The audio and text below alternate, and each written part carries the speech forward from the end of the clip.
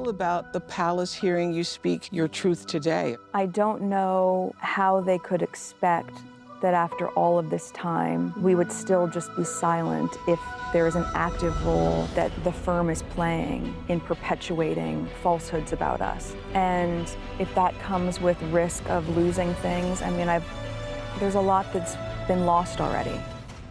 Well, earlier I spoke to the comedian Gina Yashere and the royal commentator Peter Hunt, and I began by asking Gina what she thinks of the stories being briefed to the papers about Meghan ahead of her big interview with Oprah. It was going to happen. They were driven out of the UK by the insidious racism of the British press. And now they're making a living. They've set up companies, they're doing their stuff. And yeah, Oprah is a massive part of that. Who's going to turn down a massive PR opportunity? And the fact is, even if it is motivated by revenge, I don't blame them. Right, but I mean, how do you see the way that they're being treated by Buckingham Palace? I mean, is Buckingham Palace making a mistake, do you think? Or is it fighting its corner?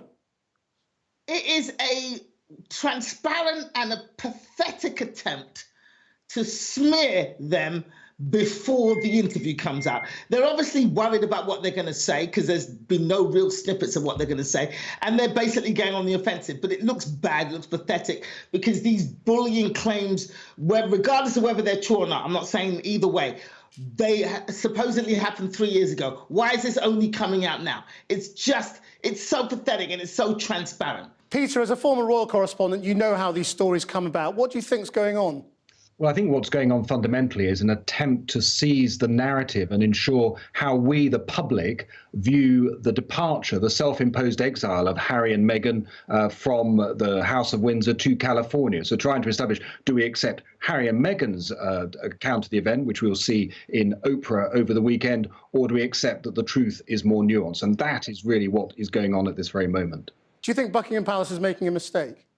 I think they've made a mistake in terms of their launching this investigation. Absolutely. I mean, I think that the allegation of bullying, which Meghan denies, was made some years ago. They clearly failed to deal with it then. But announcing an investigation now, these are people who are meant to be putting out fires. They're setting up fires. They're setting things on fire. They've opened a can of worms and they don't know how it's going to end, because there's the potential now that others in the royal household might think, hang on a minute, Fred or Frida, think I have been the victim of bullying by ex-senior member of the royal family or ex-senior member of the royal household, and now I would like action taken. So they've acted in haste and they will regret at leisure. Do you think it occurs to them how it appears that they open an investigation into Meghan Markle but not into Prince Andrew?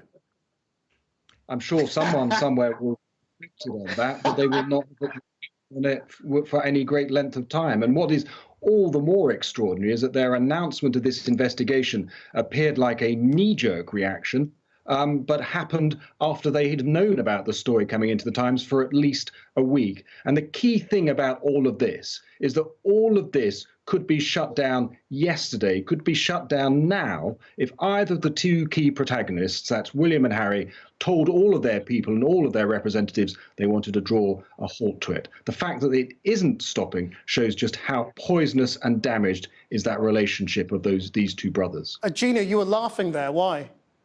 Well, it's funny how the difference in treatment between these two, and don't even try and tell me it's not based on an element of racism.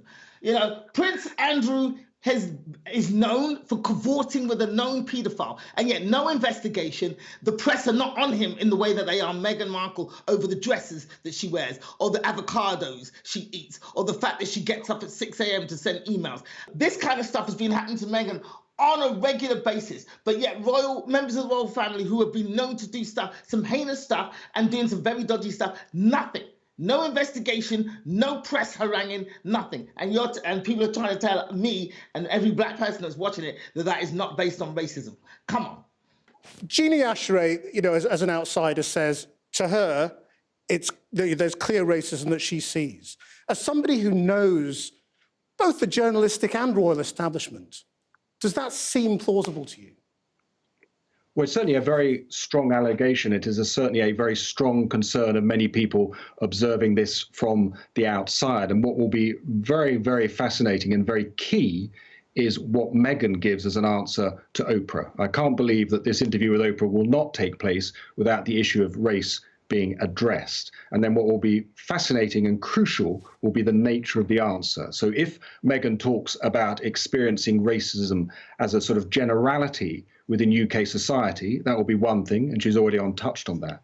But if she suggests in the interview that she was the victim of racism from within the institution, then that will be profoundly damaging for the institution of the British monarchy. And the key damaging thing for the institution of the British monarchy in the 21st century is that it completely and utterly failed to embrace a woman who identifies and describes herself as biracial, a woman who opened up the institution to a whole range of people who before weren't open up to it. So they failed there.